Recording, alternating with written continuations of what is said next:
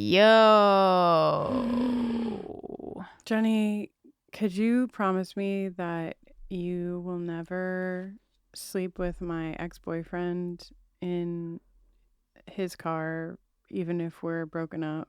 Because it would really hurt my feelings as your good friend. And just wanna make Well, I sure. don't know. Is it Walter?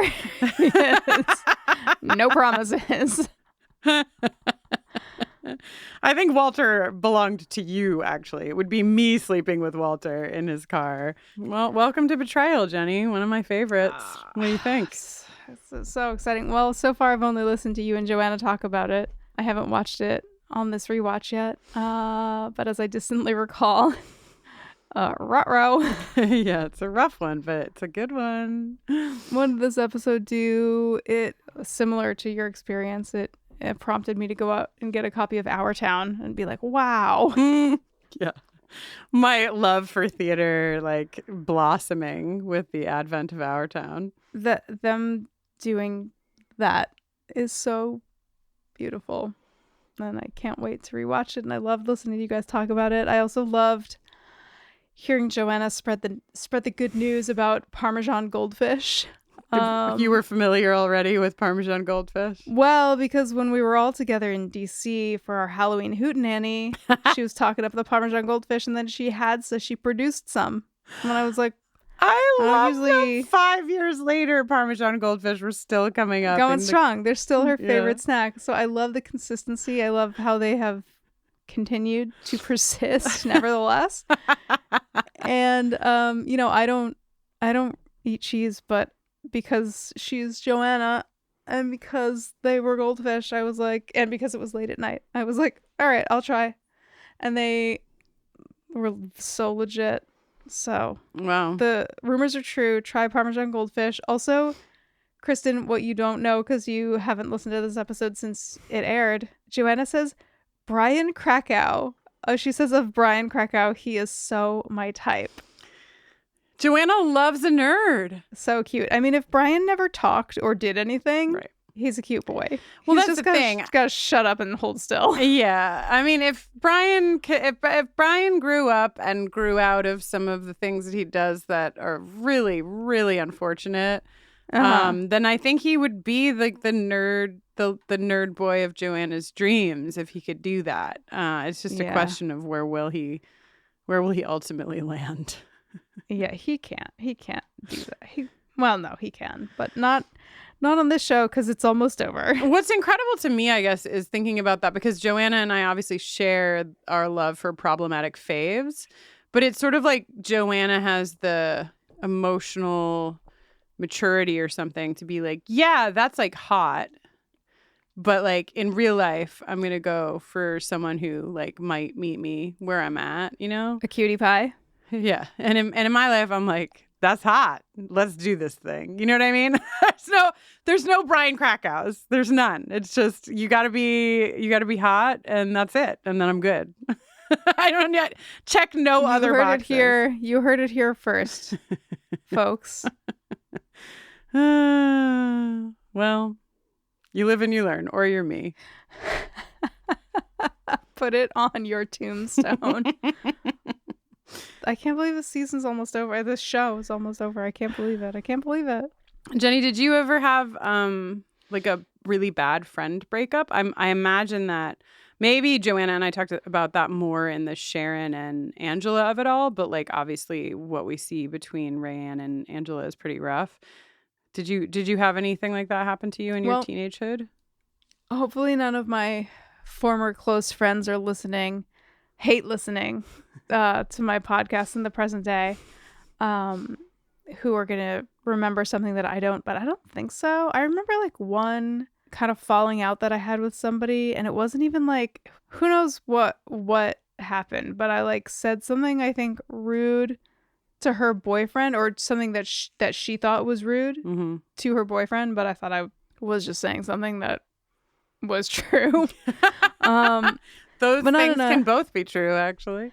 Not in a mean way, but probably I'm guessing the context clues that he actually did or said something that was fucked up, and I had a problem with it. And then somehow that became enough of a thing for her. I remember her like calling me that day after school and like basically just like calling and saying nothing. And I was like very quickly like, if you have called for me to apologize to you, it's not going to happen. So we should get off the phone. Wow. Standing your ground. And we did. And then we weren't friends anymore. But that's very atypical. That's like not really. Yeah.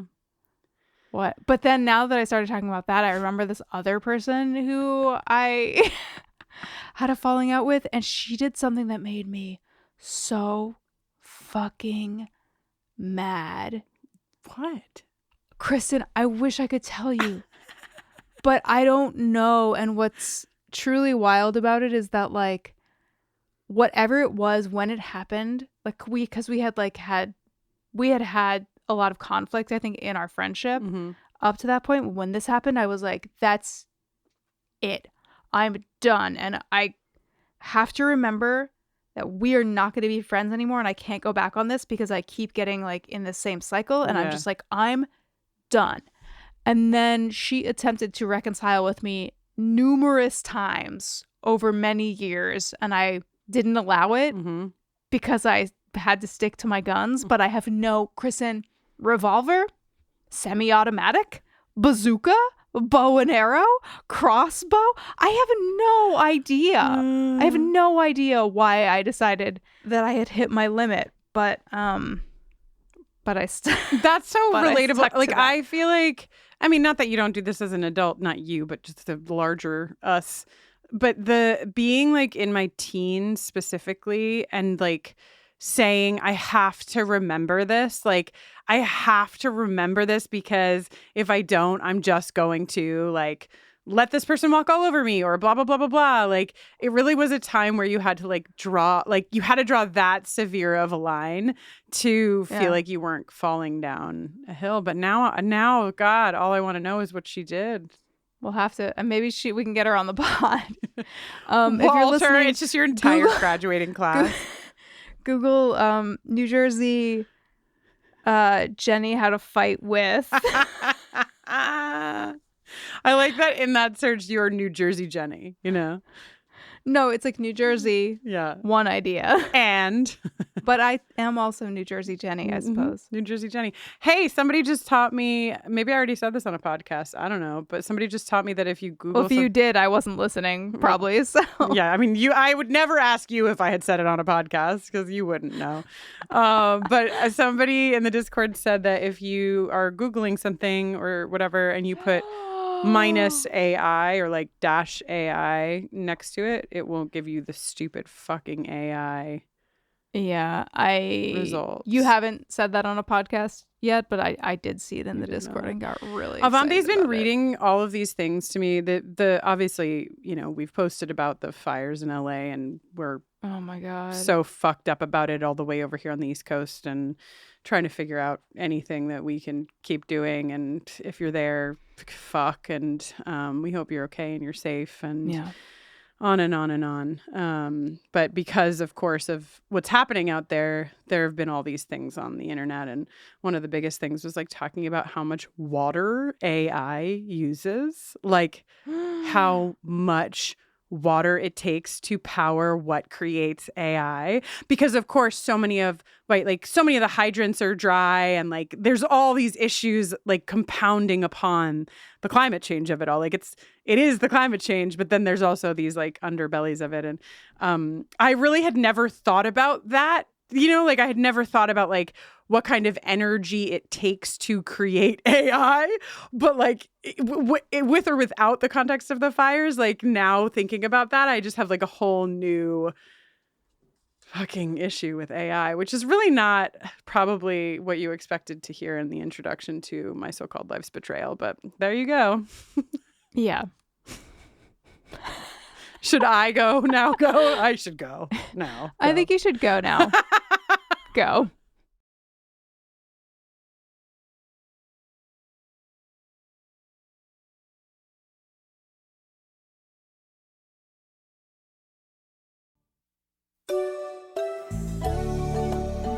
I I loved Jordan Catalano so much and talked about him so much and thought about him so much. It was like he lived inside me. Like he had taken possession of my soul or something. And then one day, I got over him. When I'm out walking, I strut my stuff, and I'm so strung out. I'm high as a kite, I just might stop to check you out. Let me go on, like I glister in the sun. Let me go on. Big hands, I know you're the one.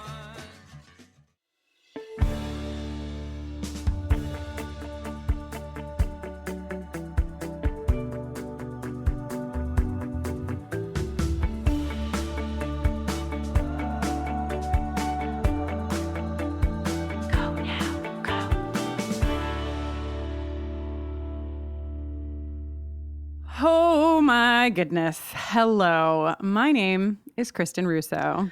And I am Joanna Robinson. And this is the 17th episode of The Boiler Room, a podcast where we are discussing each and every episode of My So-Called Life, one at a time and spoiler-free. This week we'll be discussing episode 17, Betrayal, written by, I know, just the title, written by Jill Gordon and directed by our guy, Mark Pisnarski. Oh, good old Piz. It's Piz. Oh, they really have to like title these like right on the nose. You're like, gee, I wonder what happens in this. Oh, no. Oh, yikes. Oh, boy. I mean, the good part is that this is the best opening moment of the whole series, with Angela's head, like it's like a sideways camera. It's like we're laying next to her in bed, basically. And this is right. I mean, we've been teasing the violent femmes since the start, because if you say to even a mild fan of My So-Called Life, what do you remember? They will likely say Angela dancing around her bedroom to the Violent Femmes, Blister in the Sun. This is how I came to my Violent Femme appreciation. I saw the Violent Femmes in concert shortly after this show aired. I'm sure I would love to talk to them about the change in demographic in their audience after this aired. But yeah, it's quite a scene. Yeah, it's huge. It's huge. It's like, this is it. I have so much joy. Her joy performing it. Her, like, she gets so into, like, Claire Danes does such a good job, like, getting into it, performing it. Her, like, little smile, just the whole thing. Like, if, I hope I haven't said this about another moment already in this show, but I honestly think if you say, close your eyes, what's the iconic My So-Called Life image?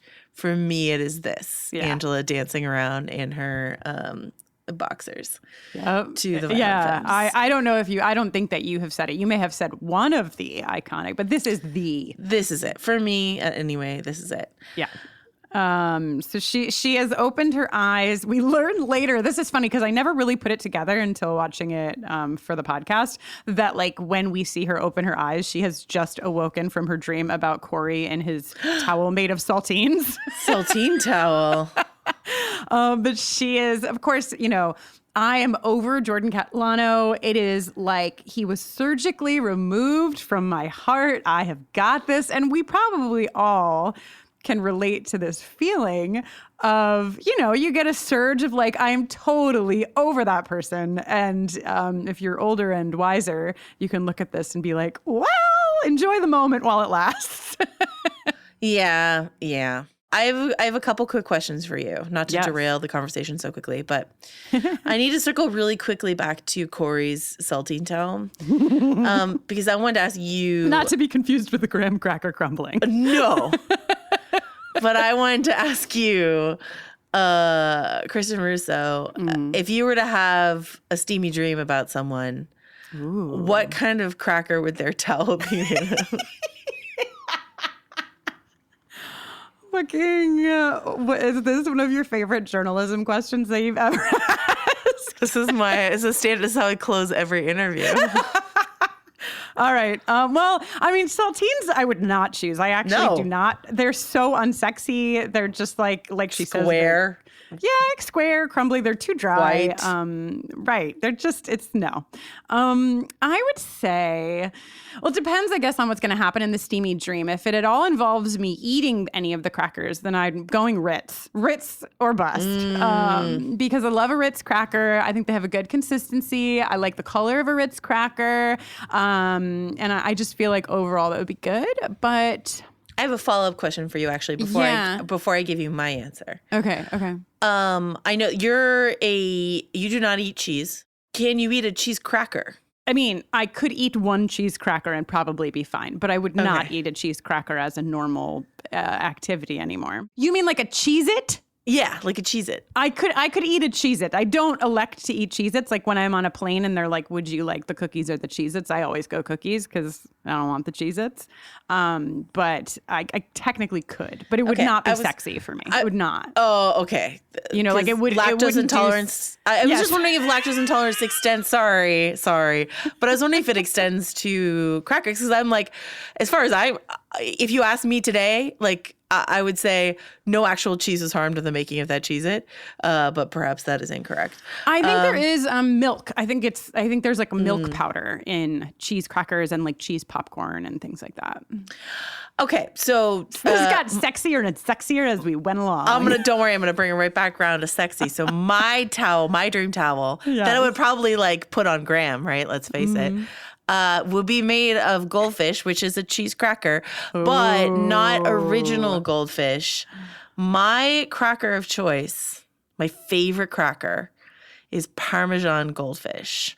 Would they be like strung together like Christmas garland? Oh, okay. Yeah, you're right, because a goldfish doesn't necessarily, I think you're right that there is like a lot of room for non-coverage there. I feel like... First, I'm going to tell a sweet story, which is that my mom, like, I don't know if your mom had like a snack she would ever bring you. That was not really my experience with my mom, but she would on occasion, and this is not a healthy thing to bring a child, but she would bring me a Diet Coke and Parmesan goldfish. That's oh my like God. My that like, sounds incredible to myself and my teenage self. Favorite. I'm envisioning a sort of chainmail situation of Parmesan yes, that's exactly goldfish what crackers. I was picturing. Yes, chainmail.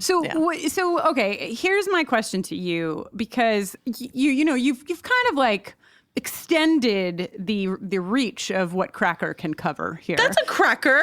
It is, but then where do we draw the line? Because can I choose then pretzel goldfish? Because I love a pretzel goldfish, and I would love a chainmail pretzel goldfish towel in my sexy dream. I'll allow it. Great. I won't allow a regular pretzel, but I'll allow a pretzel goldfish.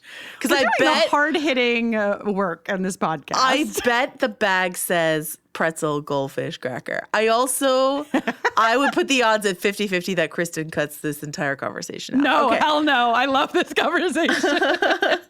All right.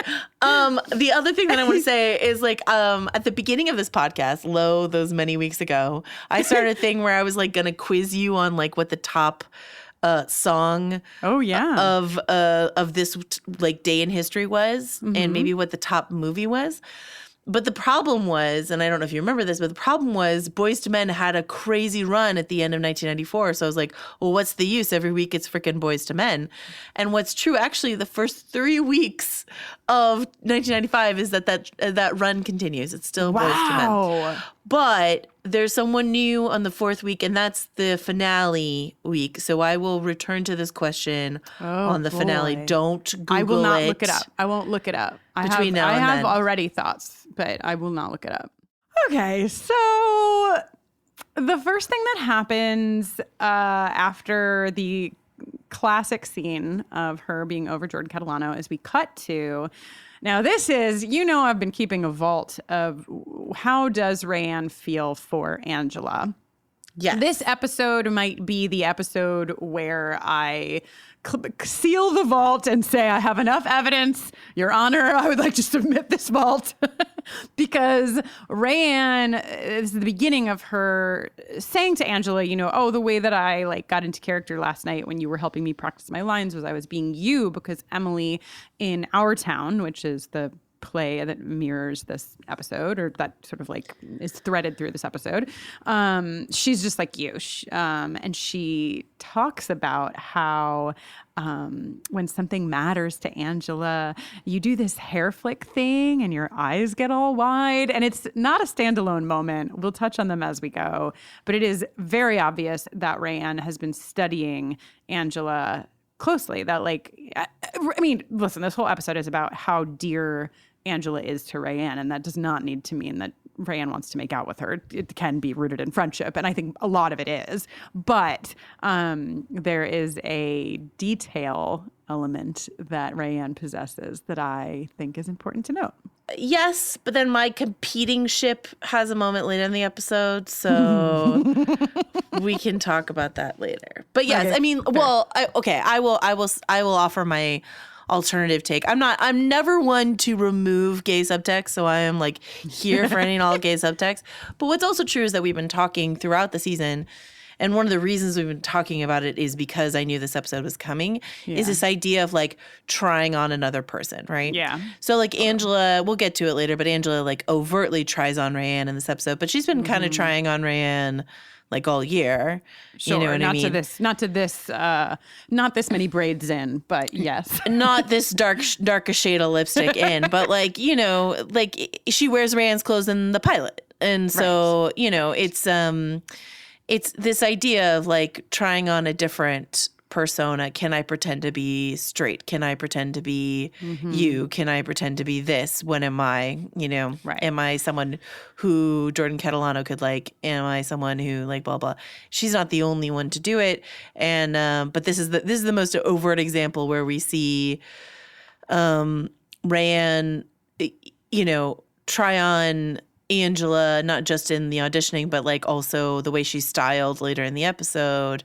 And then Angela doing her Rayanne thing. And that's just like this is the apex of that theme and the culmination of something that's been building, I think, for the entire season. And it's just so incredibly well done. Like the way in which we talked about last week felt like kind of a retread, and like maybe they didn't quite have their ducks in a row with the Christmas episode, so they had to retread some stuff for the New Year's episode. This, on the other hand, just feels like a really intentional payoff of so much stuff. What happens in the titular betrayal of this episode both comes out of nowhere and does not feel like it comes out of nowhere. And it's such an earned episode, and it's so strong. Yeah. Hell yeah. So if you, I assume that if you're listening, sort of the core pieces of this episode, but there is a audition happening for the school play, and it's for Our Town, and Rayanne is auditioning to play Emily. And I was in Our Town. Were you? I was many years after this, probably 6 years or so after this. I was in it in college. I don't even remember who I was. I can tell you that I was not the stage manager and I was not Emily, but I was in the show. And Our Town for me has always been Angela and Rayanne, because it was my introduction to the play. And also, really, this episode happened about a year before I would get into theater. So I wasn't even like, identifying with the process yet, but it would then come to me a year later when I fell headfirst into the theater bin.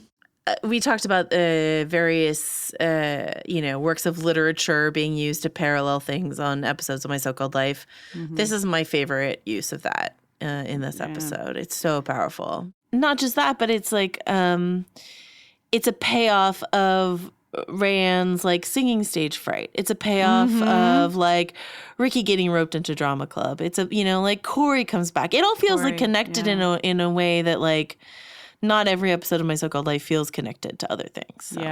Yeah. And I love, and I'm jumping around, but I love the parallel that they give us between Corey and Ricky and Angela. It's huge. Jordan. It is. It really is, because it's like, this is when we talk about the nuance of, obviously, as you probably know, I do a podcast about Buffy the Vampire Slayer, and there we talk about the nuance given to the queer relationship between Willow and Tara. And here we've talked about the nuance given to Ricky. And these are the moments when you really are seeing that like, it's not just that Ricky is a queer character. It's that we're getting to see Ricky grow into his confidence in this episode and to give voice to the thing that so many of us experience as queer people, which is that for many reasons, our crushes are not taken seriously. They're not considered the same. They're not given the same weight, even by our peers. And our peers often have to be checked on that, which is what happens later in the episode. So, we can dig in when we get there, but I'm just really excited about so many things in this episode. I know, it's so good. Yeah, so that connectedness comes through also with the return of one of my favorite characters in yours, Abyssinia, is back. Yes. Giving her would have audition. Gotten more Abyssinia. I know. This is where it becomes obvious. We were kind of like walking around it when we were talking about her in the Boiler Room episode, but this is, I think, how like Abyssinia is going to be a character in season 2, and it's of course the season. Yeah, like Abyssinia, Delia's here. Mm-hmm. Like Delia's here in the fringes, just like giving Brian dirty looks, and also like, I mean, she's here because Sharon needs a sounding board for some things, but also like, there's that sequence where she's just trying to get soap in the bathroom, and she doesn't like do much else, and then she like walks out. So she's just like kind of like. She bumps into Ricky, but like, there's just like, that's more of like the filling out the world of the high school beyond like the sea of flannel, or like it's deeply confusing at all times who has English class with whom. Yes. It's like let's make these students like, so you've got like Katimski's directing this production, and Abyssinia's there, and Corey's doing sets, and so that it all starts to feel, like Buffy did that too, more and more as it went on. You have like these background students who would come up again and again. So yeah. And you mentioned Delia's glare. That's actually what happens now, because Brian, and this is, so what I think is really funny is Brian has a camcorder. It's a key plot point in this episode. And he's sort of like, I guess, just asked if he can make it, even though nobody really wants a video to begin with.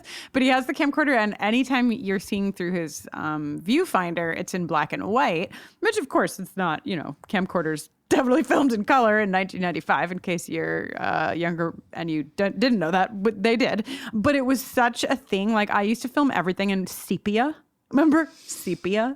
It was like we just like got these tools to be able to like click a couple buttons and make everything black and white or whatever, or it's just slightly tan. And so I thought it was really funny that they chose that, because it is something that I think would have fully happened. The video would have been black and white for no reason except for that's fun. I think that, so like a couple things happen with the so Brian Leader says his style right. Is, like it's Tarantino without all the violence, right? Yes. Which is like a pretty, like Pulp Fiction only came out in 1994 when this show started. So that's like a pretty, I mean, everyone saw it, but like it's still a pretty like hip reference. It's not like Tarantino had been around for a long time. He had made literally 2 feature films. But then also what came out in 1994 is Clerks, which is Kevin Smith's debut film, which is filmed in black and white and sort of like very handheld or whatever. So I don't know, it felt like a very like double nod to the like, indie film scene or whatever. Wow, so. Yes. Also, if I were naming this episode, I would have called it Sex, Lies, and Videotape, which is a film that came out in 1989. But isn't that a good name for this episode? Yes, it is, Joanna. Okay. The titles of these episodes, honestly, most of the titles of the series episodes, I wish that they had gotten a little more creative. A lot of them are like just One World What Happened, like next weekend, next episode is Weekend, and like I know what that means, but like okay. That being said, actually, I take it back, because I don't actually think anyone tells a lie in this episode. Well, they don't, but there is that exchange between Rayanne and Angela where Angela's like, come on, it's lying and you're so good at that. Like acting is lying. So so the concept of lying does enter into,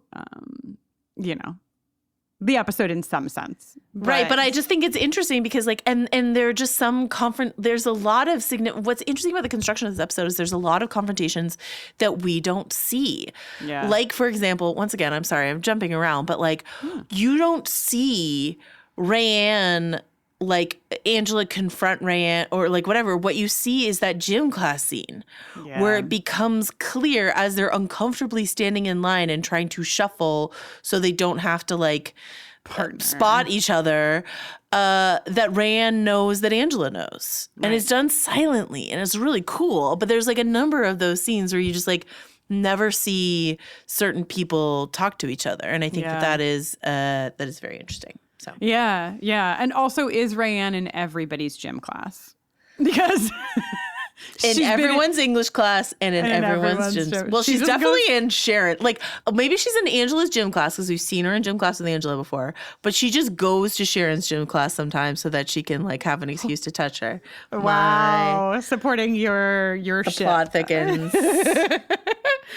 So Rayanne, we've already talked about like how much Rayanne seeks Angela's like approval and wants Angela to be proud of her. And Rayanne is so vulnerable after this audition. And, she's like, I did horribly. I didn't do a good job. And Abyssinia did so good. And you must be so proud of Abyssinia, and Angela sort of has to go out of her way to be like, Rayanne, I'm proud of you. Like, I think you did a really good job. And then Rayanne does a Angela cry. Ugh. She describes beat for beat how Angela / Claire Danes' face collapses for a cry, and it is hysterical. I should have cried more like you. No, your little first, and then your like mouth collapses. Why are you crying like Angela? Shut up! I do not cry like that. You do so. I'm amazed that clip hasn't gone like viral given all the times that people talk about Claire Danes' cry face. Yeah, I'm like, why isn't this clip of Rayanne exactly describing what she doesn't quite get the chin quiver into it.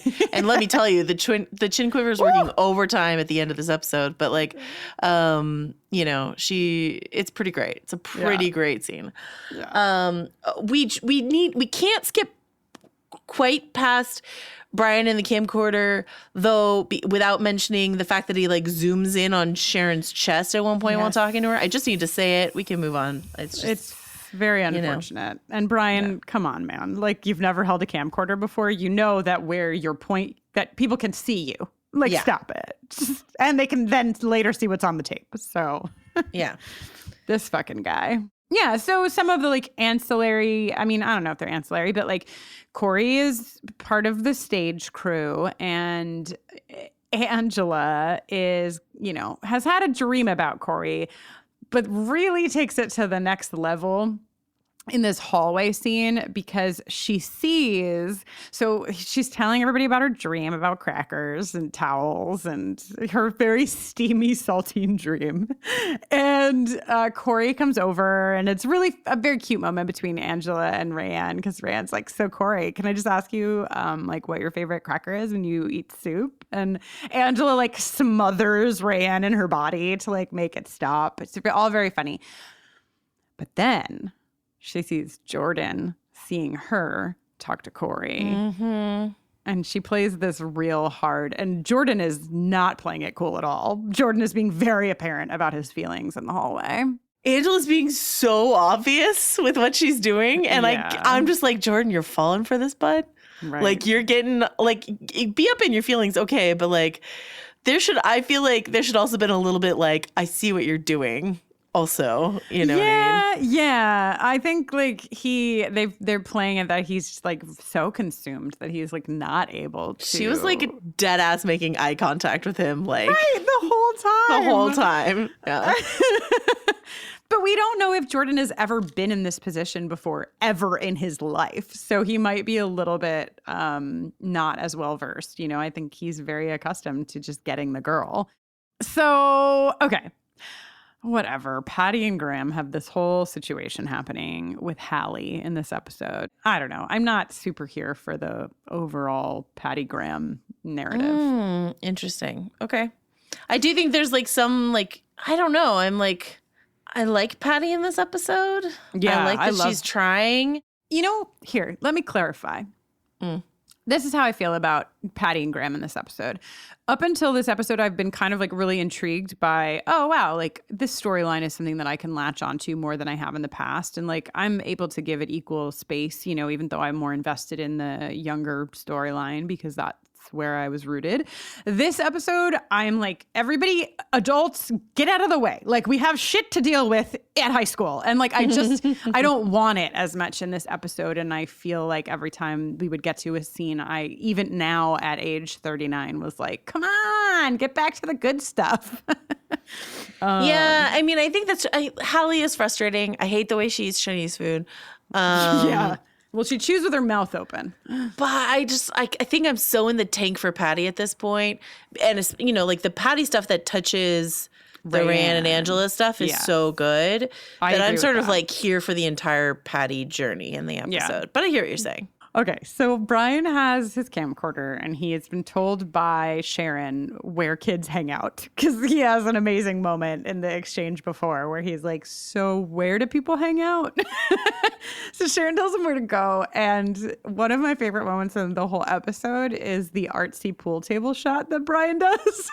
Oh my God, Brian. Where he like literally like I want the footage of Brian Krakow making that shot of the spinning pool balls. Jordan Catalano is doing the worst surreptitious drinking I've ever seen in my entire life. I agree. The like beer bottle out of the coat, it's so bad. I'm like, buddy, like I do not believe for a second that Jordan Catalano wouldn't have a flask for a second. No. I know. Yeah. And it's funny because, I mean, Rayanne obviously has a flask and it's like, it gives them the ability to then be like, I'll give you some of mine if you give me some of yours. Like if they both had flasks, that wouldn't be available to us, I guess. Sure. And we wouldn't have to like go out to the car for more of Jordan's. For more beer. Yeah.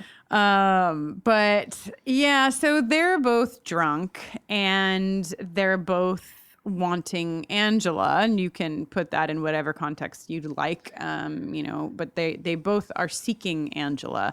And of course, instead of finding it in Angela, they are finding it in each other. They go out to the car. This incredible exchange where Jordan, like literally, Rand's trying to be like, yo, I auditioned for this play. And like this character really reminded me of Angela. She's always saying things like, my, isn't the moonlight terrible? And Jordan is like, yeah, she's always saying stuff like that. No. She's always saying innocent stuff like that. It's what he says. It's so dumb and so cute at the same time. Oh, God. But they sort of have this understanding. It's like they both understand what they're doing. Oh, yeah. And they agree to it in that moment. Like, I don't want you and you don't want me. We both want Angela and we can't have her. And we're drunk enough. And it's really this is a very real thing, right? Where you know that you're drunk enough to do something and say you didn't realize you were doing it, even though you know you, like, you know what I mean? You're like, I am drunk enough where I can say I didn't mean to do that, even though I know that technically I could still walk away from it. Yeah, it's the definition of like, fuck it, right? You know, it's just sort of like, fuck it. I'm just going to do this thing. Yeah, I want to zoom back just really quickly to when Brian is talking to Rayanne and Ricky. And this is just like bringing back a couple other episode stuff. Like Rand's talking about our town and she says, dead people just come back. Like that never actually happened. We should say that the person who wrote this episode, Jill Gordon, also wrote the Halloween episode where like a dead person came back. Anyway, so. Oh my God. Wait. Actually, Joanna, I'm going to stop you right there because I'm going to read you Kate's haiku. Because it's right on topic. Kate's haiku is Rayanne scoffing at dead people coming back to visit. Ironic. Very. So. Very. So that, and then also we've already gotten through my best use of flannel. We can hit it whenever you want. But Mine too, yeah. when Rand's walking out of the bar/pool hall with Jordan, she's wearing her coat like over her shoulders. And for a hot second, I thought it was a cape. And I was like, does Rand have a flannel cape? But then she like stuck her arms in the sleeves and it was a coat. And I was like, oh no, never mind. You don't win. But I was really hoping it was. So okay, so you said we've already hit your best use of flannel. We've also already hit mine. So I think we should go into it. Let's do it. My jaw is on the floor. That flannel is divine. It's so fucking special. The best use of flannel of this episode. I mean, I'm afraid it's the same thing. It deserves to be the same thing, in all honesty. But go ahead, let's see. I mean, I don't think it's one item. It is. It is not. It is 2. Oh, okay. No, I actually think it's 4, but it's 2. Okay. So obviously, Angela's nightshirt has flannel sleeves when she wakes up. Her boxers that she's wearing also flannel. And to remind you guys for the 17th time, when we say flannel, we mean plaid. But when she's dancing to the Violet Femmes, she is also like swirling 2 flannels as if they're like scarves while she's like choosing. So she becomes like a Bathsheba of flannel as she's like dancing around to the Violet Femmes. This feels like a little bit of a cheat because I did already pick Angela's closet as my best use of flannel in one episode. And this is sort of like a different, this is Angela's closet in motion. Yeah, it's in use. But I mean, come on. It's gotta be, that's your moment too, right? For sure. Yeah, it is. But you took it one notch higher than me because I actually did not include the spinning of other flannels. I was just going to pick the sleeves and boxers as the best use of flannel because they are being used on her body as she does an incredible lip sync. But it's just so, I mean, like once you're looking for them, guys, and I hope we just like haven't ruined your experience of watching My So-Called Life. It is so ridiculous because like later in the episode, Angela is double flannel. Thank you. It was hard for me not to pick that. I was like, I know. And then I almost also picked Camille Chersky is wearing a flannel tied around her waist. Camille Chersky, who has no business anywhere near a flannel, is wearing one tied around her waist. I was like, what is going on here? Angela? I feel like go ahead. Angela's double flannel later is unbelievable. I like did a double take, speaking of double, because I was like, that can't be like a buttoned up flannel underneath another flannel. And sure enough, folks, it was. And they like clash. It's just so much. It's so much happening. So, okay. So a moment that I love in this episode, which actually has a couple of anchor points, but begins here, is Angela calls Rand's name out in the hallway, and Rand just walks away because she's like overwhelmed with what she has done and doesn't know how to face it. And Angela's monologue is, when you call someone's name really loud and they don't hear you, it makes you feel really lonely. Yeah. And then later we see this happen to Jordan when Jordan calls Angela's name really loudly and she doesn't. I didn't and this is like, that. that's really true. You know, that experience it feels awful, even if in both cases in this episode, there's actually a reason. But even if there isn't like a true reason, you still feel like very invisible and isolated when this happens. This episode is brought to you by Progressive Insurance. Do you ever think about switching insurance companies just to see if you could save some cash? Well, Progressive makes it easy. Just drop in some details about yourself and see if you're eligible to save money when you bundle your home and auto policies. The process only takes minutes, and it could mean hundreds more in your pocket. Visit Progressive.com after this episode to see if you could save. Progressive Casualty Insurance Company and Affiliates. Potential savings will vary. Not available in all states. Hey, Michael. Hey, Tom. So big news to share, right? Yes, huge, monumental, earth-shaking. Heartbeat sound effect, big. Mate is back. That's right. After a brief snack nap. We're coming back. We're picking snacks. We're eating snacks. We're rating snacks. Like the snackologists we were born to be. Mate is back. Mike and Tom eat snacks. Wherever you get your podcasts. Unless you get them from a snack machine, in which case, call us. Call us. The Regency era. You might know it as the time when Bridgerton takes place, or it's the time when Jane Austen wrote her books. The Regency era was also an explosive time of social change, sex scandals, and maybe the worst king in British history. Vulgar History's new season is all about the Regency era, the balls, the gowns, and all the scandal. Listen to Vulgar History Regency era wherever you get podcasts. Yeah, I love my notes for half this episode could just be, and actually kind of are, so-and-so tells so-and-so. It's like Sharon tells Angela, Ricky tells Angela, Brian tells Ricky, Sharon tells, Rayanne tells Patty. But then like this scene is like, Rayanne avoids Angela, Jordan and Rayanne avoid each other. Like it's just, they're all like ping-ponging around the hallways here. In this moment, so no one knows how to deal with this thing because it's bad. It's real bad. So Angela agrees to paint the sets after school, and Ricky's like, "That sounds fun. Like me too. By the way, hello, Ricky.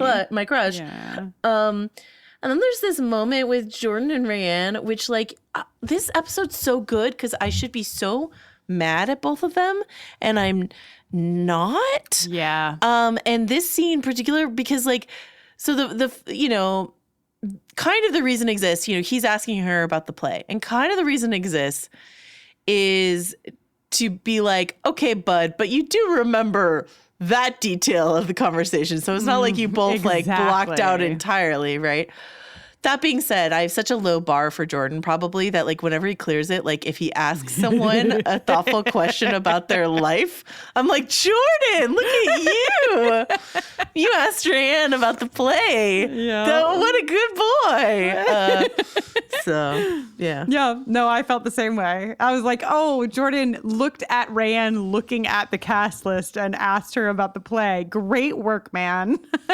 But it was such a weird, like that was like the crew list. It was super weird. It wasn't the cast list yet. Right. Right? It said like cast list will go up on Wednesday or something, right? Yeah. And this is also a moment I think that's very relatable where you like see somebody the day after something has happened and you're like, wow, I was pretty out of it. But, like they're telling each other that they both agree that that was bad, what they did, but they don't want to say it directly. So instead they're like, okay, our both of our shared expectation is it won't happen again. Like we are entirely on the same page about that. Sounds great. Yeah. So yeah, and then we get a Hallie scene, which I understand bothers you. I will say I do like and relate to Camille in this episode. Maybe not so much later on, but here where Camille is just like, I don't like what I am seeing. Yes. In like Hallie's interaction with your husband on the phone right now. Mm-hmm. I don't enjoy it. So, yeah, no, I don't like dislike it. It's just it doesn't get my attention as much as I wish that it did. But yeah, Graham on the phone with Hallie is and the big thing in this scene I think is that Hallie lies. Actually, there's your lie. I know. Mm-hmm. She lets Patty believe that she's still engaged to Brad. And then that means that Graham hasn't told Patty that like Brad's out of the picture. Oh, you're right. The lie, we found it. We found your lie. We found it. You're right. Okay, so you want to talk about outfits? Let's go to fucking Sharon Chersky's goddamn outfit in this next day at school because she is wearing a like pink fuzzy mock turtleneck sweater underneath like a black cotton floral vest, and it is a fucking choice. I'm really here for it. I'm really here. Sharon Chersky knows how to make a fashion choice, even if it's horribly wrong. She makes it well. Remember when Christmas exploded on Sharon Chersky? It was the best. Love you forever, Sharon. You truly. rule. Yeah. So she's basically like, crack out, where's the fucking tape? And Brian is as good a liar as Willow Rosenberg on Buffy the Vampire Slayer. He's just like standing there. He can't form words. He's making it painfully obvious that something is weird. And he's like, Delia, can you leave? Because I need to talk to Sharon. And so here we go. Brian tells Sharon. Sharon tells Delia. Angela over here. Well, we'll talk about the scenes, but this is where it all comes undone. I do like Ricky's line, Brian, could you like pick a sentence and go with it? It felt very Buffy to me, actually. That's one of the like I have 2 words for you, Tino. Hey Brian, could you like pick a sentence and go with it? It's one of those lines for me that I remembered forever. There's 2 of them in this episode, actually. Oh, okay. Yeah, there's another one coming. Are we ready to go to Shirtless Brian? Wait, really quick, is Ricky painting in white overalls? He is. What a brave soul. But do you think, because I love Ricky's white overalls, and I wonder if he's painting in white overalls because he's a brave soul, like you say, because, oh no, don't get them paint, or if he's painting in white overalls because he wants to get paint on his white overalls, which would be a fantastic fashion choice, I think. I have a follow-up question. Mm-hmm. Do you think Mr. Katimsky bought him those white overalls? Yes. Now I do. And oh man, that's my favorite thing. Because they are crisp and white. And I don't think they like survived like Ricky's life on the streets. Oh my so, God. Like, do you think Mr. Katimsky and Ricky like went to Macy's together? Yes. And JCPenney's. Oh my God. Okay. Wow. I didn't expect that level of emotion to happen from the overalls. So let's just pour some cold water on it and go to Shirtless Brian. Okay. Well, wait. Before we before we go to Shirtless Brian, I just want to give a shout out to Claire Danes for the moment when, because I was like, Sharon tells Delia and Angela hears them in the bathroom, but Claire Danes has this acting moment when the bathroom door sort of like hits her and Delia and Sharon see that Angela was there, and all with her eyes and her face, she's like, what are you talking about? And I know it's bad. Like she does it in like this one tiny little facial expression, and it's just remarkable. Yeah. Now we can talk about Shirtless Brian Krakow. His tiny little child chest is too much for me. He's such a cutie. So my type. He really is. So I wanted to talk about that. I don't want to sound weird about it, but like Jordan Catalano just seems so like big, like not like he just seems like big and older and tall and all sorts of stuff like that.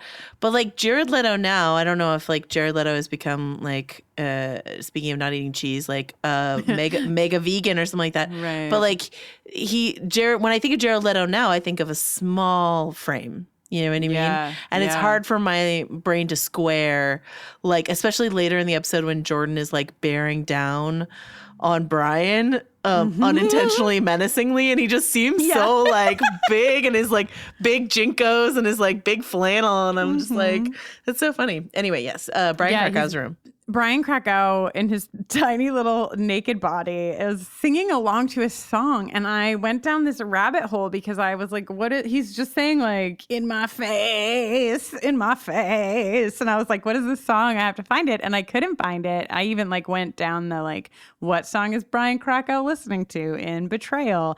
And so with that search, I found this old posting. It's the original posting is 2009, but in their 2009 posting, they repost a post from 1995, where the conversation is like everyone is trying to find out what this song is. And Misty Jones was apparently a big deal on the boards back in the 90s. Oh, okay. So they ask Misty, the guru, they refer to Misty as the guru, you must know. And Misty says, I've been wondering, I've hit the rewind button, which that'll take you back, tons of times to figure this out, but I think it was a snuffy filler creation. Instead of having to clear rights on the use of another song, he probably just made up something kind of like the scene outside of Let's Bolt. It doesn't sound like Snuffy's usual stuff, but you can tell it's just filler that he created.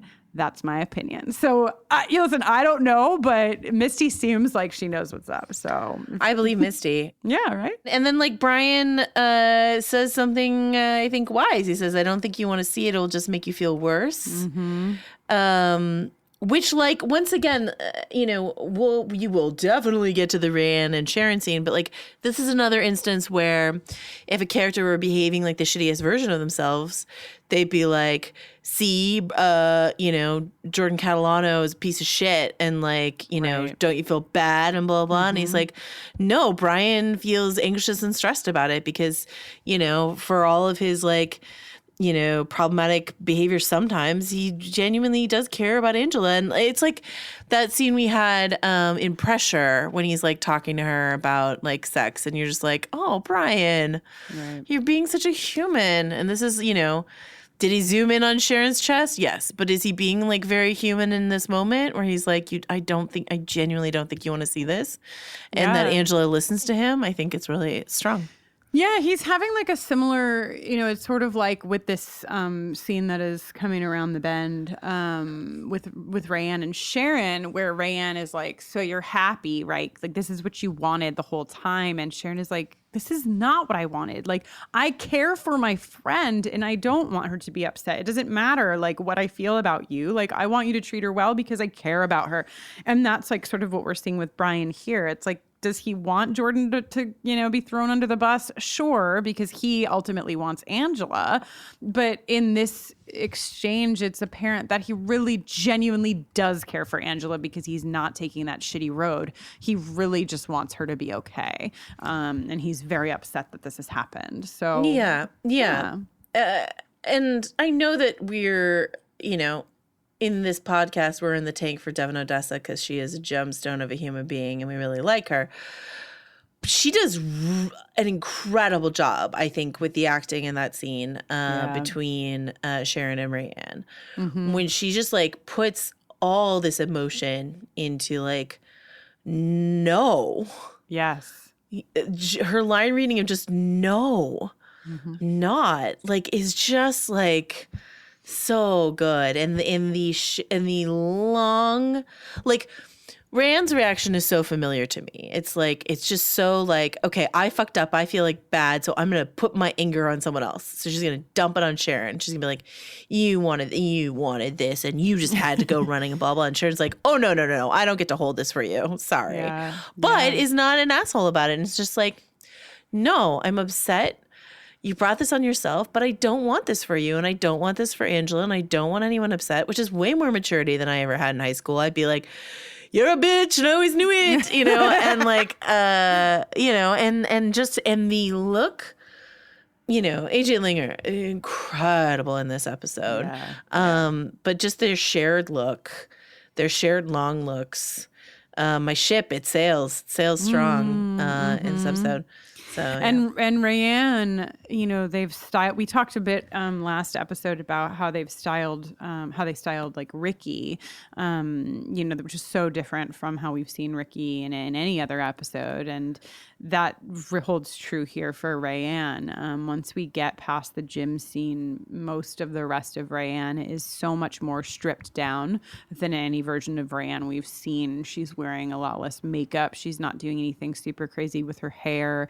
Her hair is often like pulled away from her face. Her face almost looks like it's a different shape in this piece of the episode, in this back half of the episode, because she is devastated, and I think they're showing that to us visually, and also, like you said, Joanna, they're both kind of trying pieces of the other on, and so we see that there too. Yeah, the reason I think it's like one step beyond like just she's sad so she can't like be fashionable is the overalls, right? The overalls are such an Angela look, and Rayanne is wearing them. I mean, they're a Ricky look too, obviously, crisp and white or covered in paint, whatever the case may be. But But the denim overall, I mean, that feels like a very Angela, feels like a very like little girl Angela sort of thing. Maybe I'm confusing her with like Buffy's overalls of sadness. But, well, I did take the note overalls of sadness at one point in this episode because I was like, oh, Yeah. Rayanne's got him. Yeah. So, okay. So you you mentioned that you love, and I do too, the Patty Rayanne situation. Yes. And we're getting to that now. And this scene where Rayanne comes over is so incredible, and it's written incredibly and it's acted brilliantly, I think, on both parts of this exchange. Can I tell you, there's so many good exchanges in the scene, but can I tell you my favorite? Yes. Patty says, "Want to come in?" And Rayanne goes, "Fair?"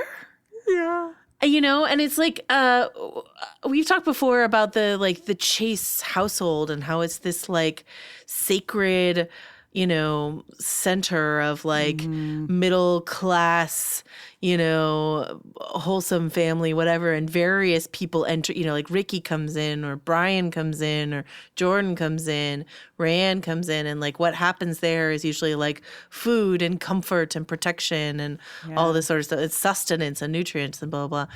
And so for Rayanne, I mean, I know she's been like sneaking in and out of Angela's room and stuff like that, but for her to just be like, there, like I'm allowed in, is very powerful to me.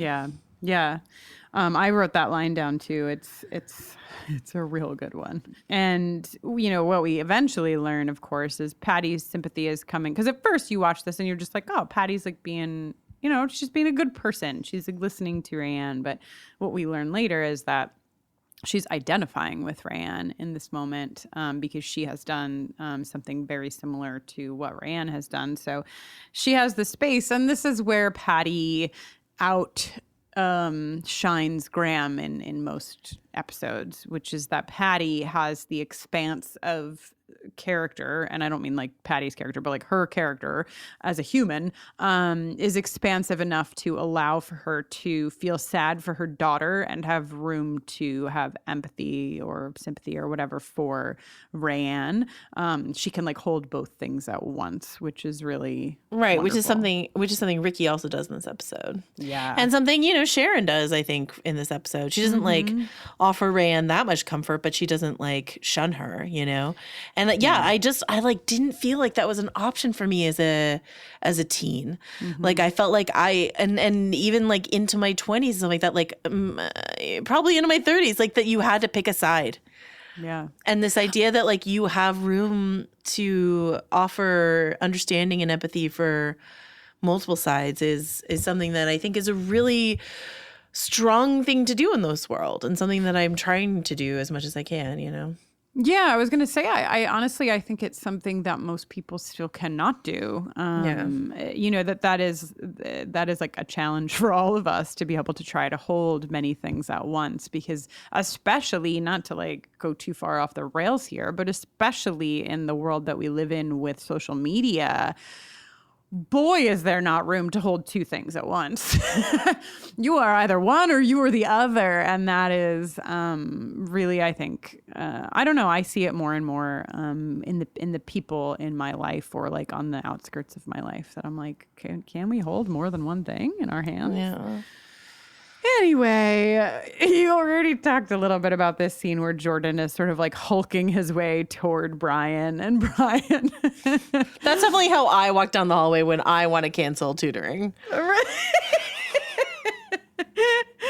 Brian dramatically like pulls all of the tape out of the cassette and is like, I'm done with it. Okay, I can't handle the pressure anymore. And Jordan's like, yo, man, I don't even know what was on that tape, but I just wanted to reschedule tutoring. So, we're almost to my line, my other line that infiltrated my vernacular for probably the next like 10 years of my life. I'm going to play it for you. I can't believe it. That they would do that. I mean, who do they think they are? I know. I mean, I don't know. I could kill them. I'm serious. Both of them with my hands. I know. I used to say this for years. When I was angry, I would say I could kill him with my hands. I would always say with my hands, and this is where it came from. It's amazing. I love it. It's great stuff. Double flannel and all. It's all good stuff. Every interaction, and then we come to the part that like broke my heart because it's something that I really relate to, where Rayanne gets the part and has no one to celebrate with. Oh God, it's so sad. Woof. Very bad. So sad. And I guess, I did an injustice earlier by saying that the moment that Angela talks about saying somebody's name and not having them hear you makes you feel lonely is anchored in two places. It's anchored in three because this is probably the most massive place that it happens, where Rayanne calls out for Angela and Angela just walks away. Ugh. Oh God, it's awful. It's awful. I wrote sob, and that's actually also where I wrote overalls of sadness. Okay, so Camille and Patty, Camille's fishing for information. I know that, this is going on, but I don't know. Sharon won't tell me what's happening.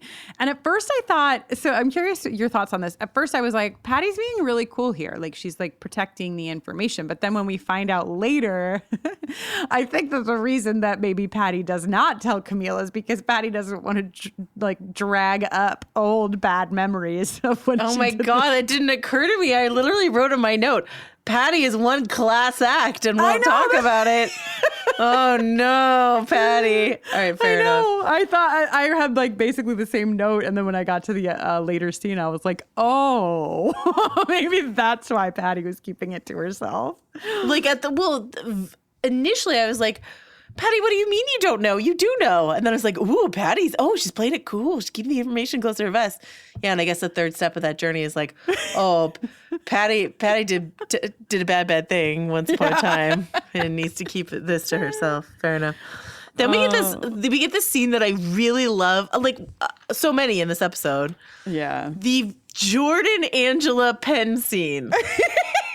Like, I want to talk to Jill Gordon. Who is she? I need to find out what she's doing nowadays because because what the way that TV writing works, kids gather around, right?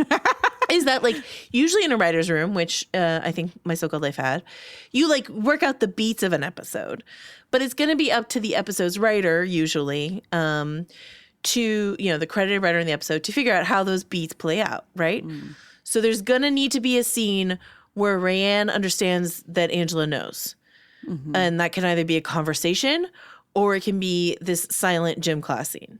Mm-hmm. And then there's going to be a scene where Angela needs to like let Jordan know how upset she is. And it could be an explicit scene where she calls him out. Or it could be about a fucking pen. And it's about a fucking pen and it's so much stronger because it is. It's so good. Yes. Oh, and then the way she just throws it away after. Right. Oh, I love it. Kills me. It's like I'm there for it. Well, if it's not yours, then give it back. And her being like, no. I'm like there for it, even if it ended there. But the fact that the last picture we see is her being like slam into the trash. Woo, it's good. And doesn't he say that he borrowed it from her in Katimski's class? Who is in whose English class? Tell me. They have an open plan here at Liberty High. Everyone just goes to whatever class they feel like going to. Tell me. Oh, God. Okay. So then Angela takes her hard turn into Rayanneville. She has braided 6 tiny braids. She has taken a lipstick shade straight out of Faith Lahane's closet. Oh, yeah. Like, it's not even that the shade is a Faith shade, which it is. Right. Which is like a dark currant sort of thing. Mm-hmm. She's done the Faith mood, which is a thick coat of the lipstick and then a gloss coat over the lipstick, right? Yeah. Because it's like dark, but it shines, and that is like a 2-step process. So yeah. Yeah, Angela, this is... I like the Angela dressing up in Rayanne thing. This is like maybe the weakest thing for me because it's just sort of like the drinking. Yeah. Do you have something to drink? I'm blah, blah, blah. And I'm like, I like the concept of it. I guess, Jill, I praised you a lot in this episode. This is one instance where I think it could have been executed better. Yeah, because I mean, I guess you're to extend the like, Angela is like really losing it, you know, she's like really spiraling, and so maybe, but it is the lines themselves are like really on the a little bit, and then she like on the nose attacks Corey with her mouth. I'm sorry to say, like Corey is like, it's like a spider jumped out of him. Truly. He's like, wow, oh my god, what the fuck. So that all happens. He's like, oh, it's Brian. What it gives the scene is a very easy in for Rayanne to say, what the hell are you talking about? You don't drink, to pull her away, to pull her aside. So the next piece of this scene, I think, is really, I remember it. I remembered this scene as well, where Rayanne is like, you lost nothing. You're not the only one who got hurt. Well, forgive me if I can't feel sorry for you, Rayanne. You lost nothing, Angela. You lost a lousy, selfish friend, a guy you never really had. You lost nothing. I lost a really good friend. I lost everything. Oh my god. Oh, Jesus. Yeah. No. Yeah, and then we quickly and luckily have Ricky having space. Once again, so like the ideal form of empathy, right, is empathy for someone without having experienced what they exactly experienced. Patty offers up some empathy for Rand because she did a similar thing herself. And then Ricky offers up empathy as well because he's like, hey, how did you think I felt? Like you know, you're exhibiting Rayanne-ish behaviors towards me, so FYI. I'm proud of Ricky for being able to say it, but also like, I'd like to think that Ricky would feel sympathy for Rayanne regardless, but that is one of the reasons why he has empathy for her. Is he's like, I'm in a similar scenario with you right now. Or didn't you notice, sort of thing. So yeah, and Angela didn't notice at all, because I think you know, again, not to put too fine a point on it, but in Angela's mind, it's like Corey isn't gay, so Ricky couldn't have him anyway. So like, what's the harm in this thing? 1,000%. And that's why I think it's really powerful that they give to Ricky the line to tell Angela, like, it is still the same. It doesn't matter if this person isn't gay, and it might never happen. My feelings are still real, and my feelings are still affected, just like yours are.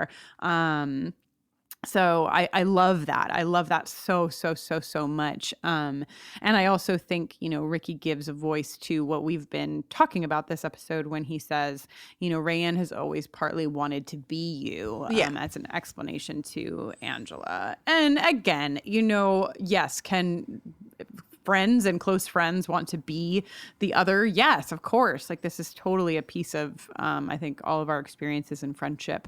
But it's also, I think it's so rooted for me as a part of understanding my queer identity that so often when I wanted to be someone, desperately wanted to be their friend so much that I wanted to like be them, it was something that I couldn't yet give words to, but that I would later understand that longing was like sort of like the first signs for me that I was attracted to that person. But in its pupa phase, it looked like me just really wanting to what Rayanne does, you know, like just wanting to be her. Yeah.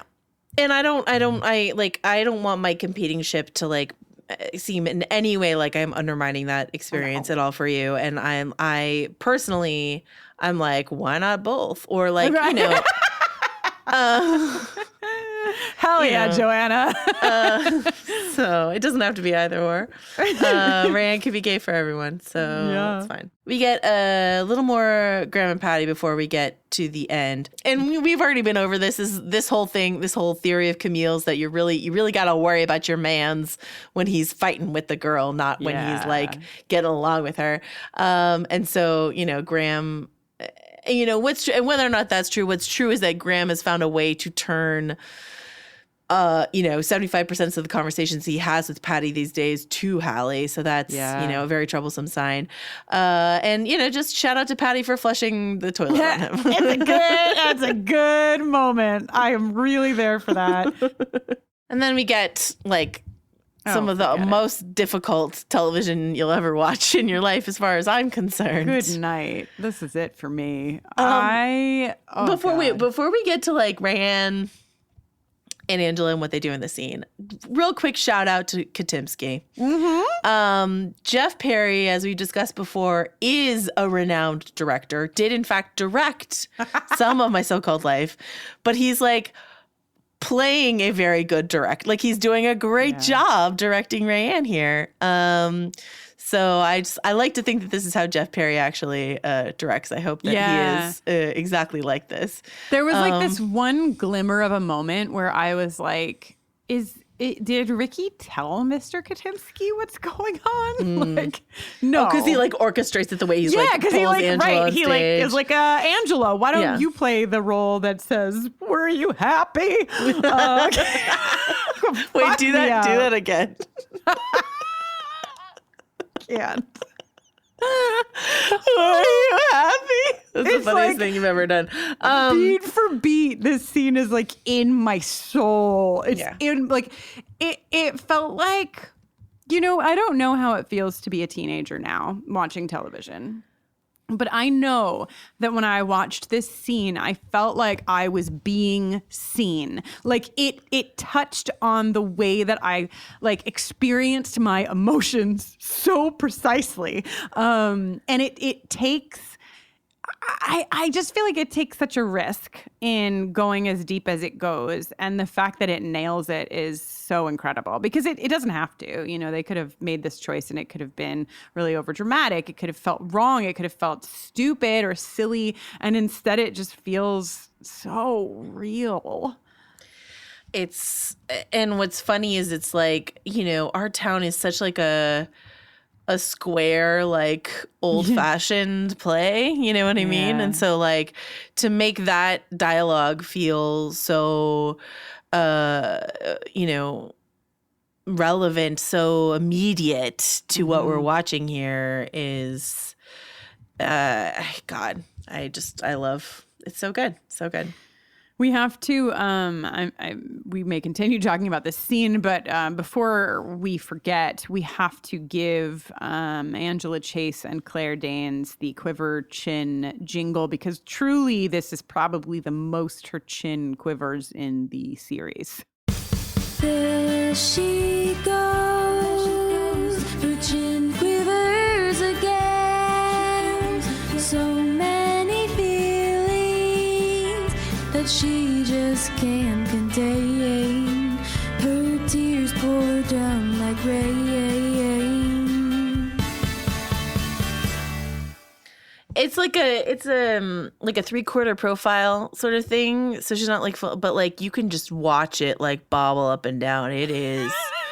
And what's amazing is we've already gotten a dissection of her cry face from Ryan. Thank you very much. But there's a thing that Claire Danes also does where I swear to God, you can tell she's going to cry, but she hasn't even moved her features yet. Her face just looks full of the tears that are about to come out of it. Yes, exactly. Oh God. Yeah. I think that I may have read Our Town maybe the next day after watching this episode. I was just so what is this thing? And I need to know it. But what do you think that Mr. Katimsky is thinking? Do you think he's is Angela okay? No, what I really hope he's thinking is, I am fucking great at my job. Look at these bitches, they're crying. Abyssinia is okay, guys. What's happening here? So this scene is gutting, and it gives us the vehicle of Rayanne being able to, the vehicle of Our Town, so that Rayanne can tell Angela that she didn't ever realize what she had until she lost it. And it's very emotional, and it kind of just ends there, right? It doesn't, you don't know what's going to happen. Are they going to talk after this? Is it going to be okay? Is it not? Like, goodbye, Grover's Corners. Like, I can almost, like, I've never been in our town. I've never even seen our town. I know I've read it. I know the premise. But, like, I can almost recite this whole monologue because of how many times I've seen this scene. Yeah. And how well it's done and how every line just sort of, like, sears its way into, you know what I mean? So... AJ Langer, stand up, clap for her because she fucking, was good. Oh, let's just play a little clip of this for everybody because you know they want to hear it. I mean, we've done a great job. Mama, Papa. Let's let Rayanne give us the monologue that rips our heart out of our chest. Goodbye, world. Goodbye, Grover's Corners. Mama, Papa. Goodbye, the clock's ticking. Do any human beings ever realize life while they live it? Every minute? No, saints and poets, maybe. They do some.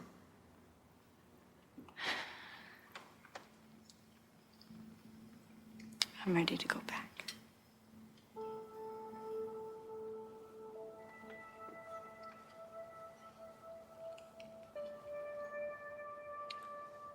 Were you happy?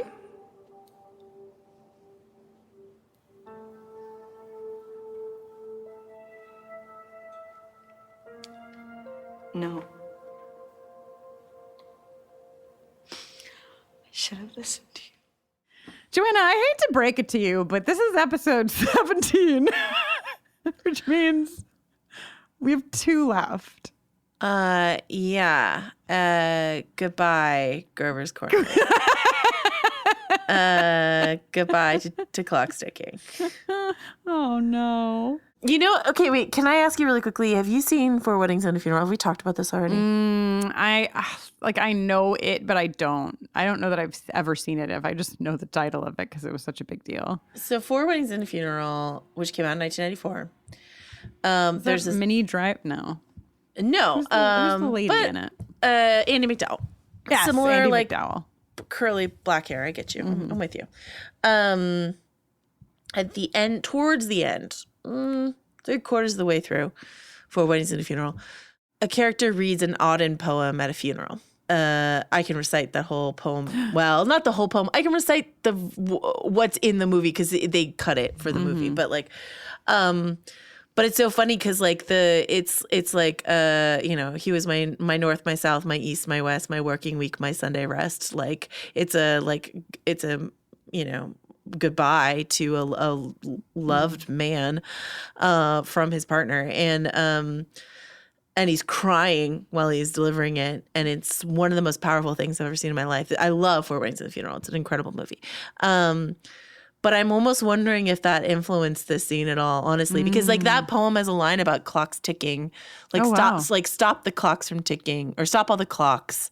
Do you know? Let the policeman wear black gloves, like blah blah. So like I was almost like, is this like, you know, because you see the stuff from 94 like seeping into My So-Called Life, like how could it not? And this was such a big thing from that. So I was almost wondering.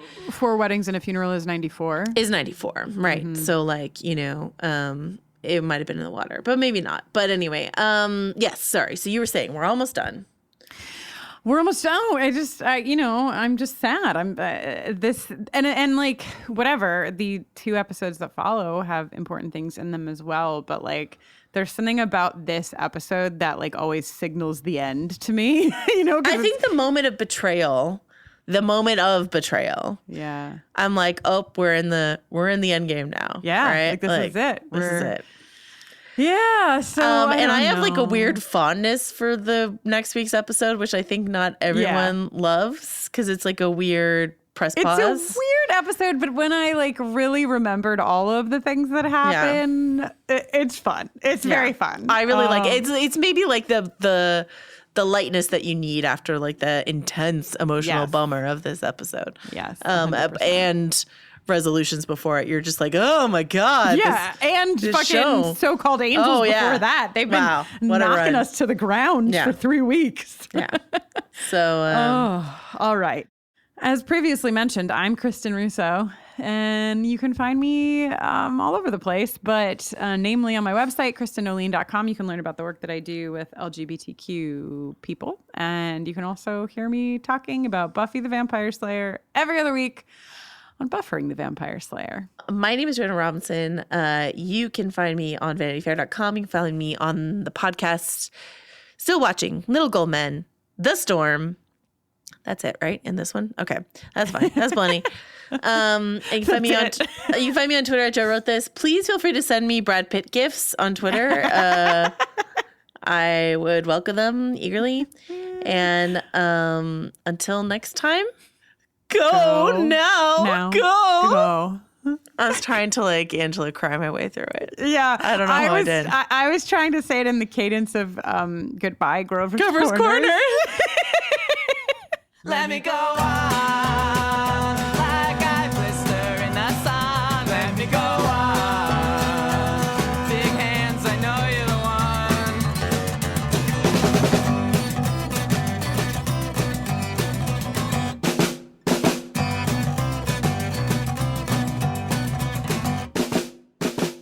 Goodbye, Kyle. Did the sound of those words call to you like Pavlov's dog? Then you might enjoy our podcast, Turtle Time. Every week, you can join me, Riley Hamilton, and my co-host, Amy Scarlotta, as we cover the most pressing Bravo news and dig into the new episodes to answer important questions like, who the hell is Adrian Malouf in this world? Listen to Turtle Time on Apple Podcasts, Spotify, or wherever you get your podcasts. New episodes every Wednesday and Friday. There are names that echo in the world of true crime, names that carry unanswered questions.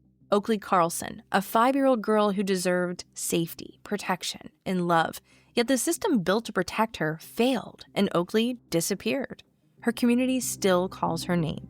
Or Ellen Greenberg, found in her locked apartment with 20 stab wounds, a case declared a suicide. But how does a locked apartment tell 2 different stories at once? These are not just cases we have covered. They are people. They were loved, and they mattered. Their stories deserve to be told with care, with depth, with truth. I'm Ashley. And I'm Ricky. We are the husband and wife duo behind Crime Salad. Every week we uncover stories of the missing, the silence, the misunderstood. We ask the questions that were left behind. We refuse to let these stories be forgotten. Because behind every case is a family holding on, a community seeking answers, and a story that deserves to be heard. We invite you to listen to Crime Salad, your healthy portion of true crime, wherever you get your podcasts.